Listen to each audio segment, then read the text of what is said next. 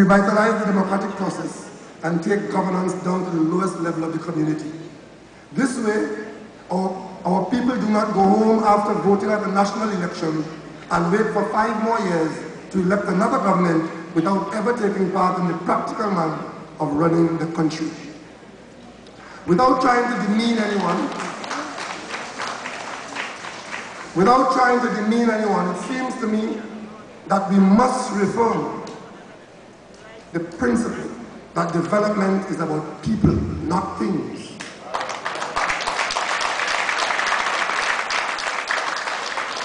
Today, as we cherish our physicals and we can be proud of what we have accomplished, the cynics may say, but what is so good about these if we can't walk on pavements? If we can't enjoy the parks that we have taken so much trouble to build? If we are afraid to wear the jewelry that our lover has given me? We must always understand that people matter over things. C.L.R. James, one of the earlier members of our party, once reminded us that, and I quote, "The end towards which mankind is inexorably developing is not the enjoyment, ownership, or use of goods, but self-realization, creatively based upon the previous development of humanity. Freedom is creative universality, not utility," unquote. We must continue to lead that march towards self-realization. In the Bible, we are told, "For what is a man profited if he shall gain the whole world and lose his own soul?" A nation is created and preserved only when people believe and know that they benefit from and are part of what their country has to offer. At our party's birth, nationalism was the political currency of the day. Nationalism was the outer expression of an inward desire, that desire to take charge of our own affairs. But our party recognized that we could not run our affairs if the body politic was corrupt. And so we had to add another inward dimension to our politics. So we called for morality in public affairs. We knew that we could not build a successful nation if we were going to corrupt it, or if corruption ruled the roost. The point is that we must stand firm on this principle and uncompromisingly demand accountability at every level, regardless of who is involved. It's in this context that the PNM rejects the new order of the PP, which repudiates the parliamentary code of ethics because it is inconvenient to the popular and the powerful. We reject the Prime Minister's timid and self-serving interpretation that code of ethics means work ethic, one's capacity for hard work. We know that the Prime Minister knows better than that. And any member of Parliament, Prime Minister or otherwise, who says that the code of ethics passed by the Parliament is useless, as Lloyd Best would have told us, them is people to watch.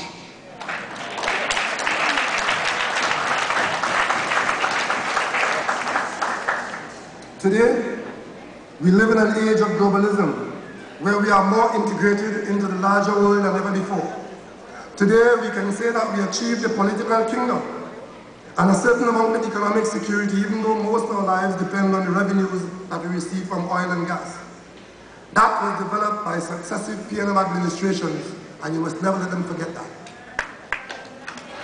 We have also spawned the E-Tech Park at Tamana, which will locate us firmly into the technological age that is the 21st century. You would note that the PP has announced very sheepishly that they admire the direction and intend to keep the Tamana Park. Even they could not bring themselves to close it down.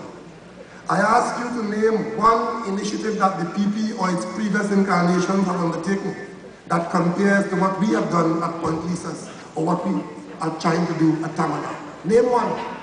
Doesn't exist. We in the PNM, we call that vision. For it has been truly said, where there is no vision, the people perish. And that is why we must continue the work that our predecessors began, if we are to create the future that we dreamt of. That is why no other political formation, be it the PDP, the DLP, the UNF, the UNC, the COP, or just plain PP.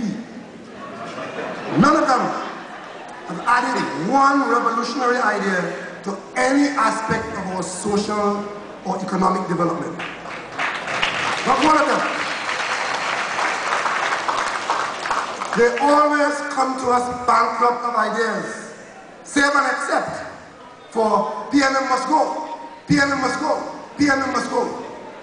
Well, PNM is gone, and we haven't gone far. We await their new ideas. PNM is the only party that has shown a vision with a plan. In the months ahead, I will outline our plan more fully after I have consulted with each and every segment of our great party and the wider society. We will spend the rest of the year analyzing where we are, even as we fight this local election, and decide what we must do as we locate our resurgence in the collaborative activities of all our people. As we develop, we will celebrate the many enduring aspects of our shared past and our multicultural heritage. We will maintain whatever advances we have achieved in protecting our environment and seek to create a green nation that we must leave as a legacy to our children. Next year, the world will celebrate the 150th anniversary of the birth of the Bengali, the writer Rabindranath Tagore, one of the greater writers of the world and someone whom Dr. Williams admired greatly.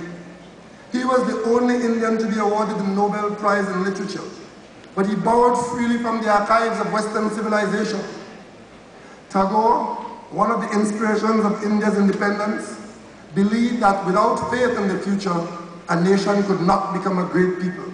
Hence his faith and visionary impulse when he said, and I quote, "It is the dreamer who builds up civilization. It is he who can realize the spiritual unity reigning supreme over all differences of race," unquote.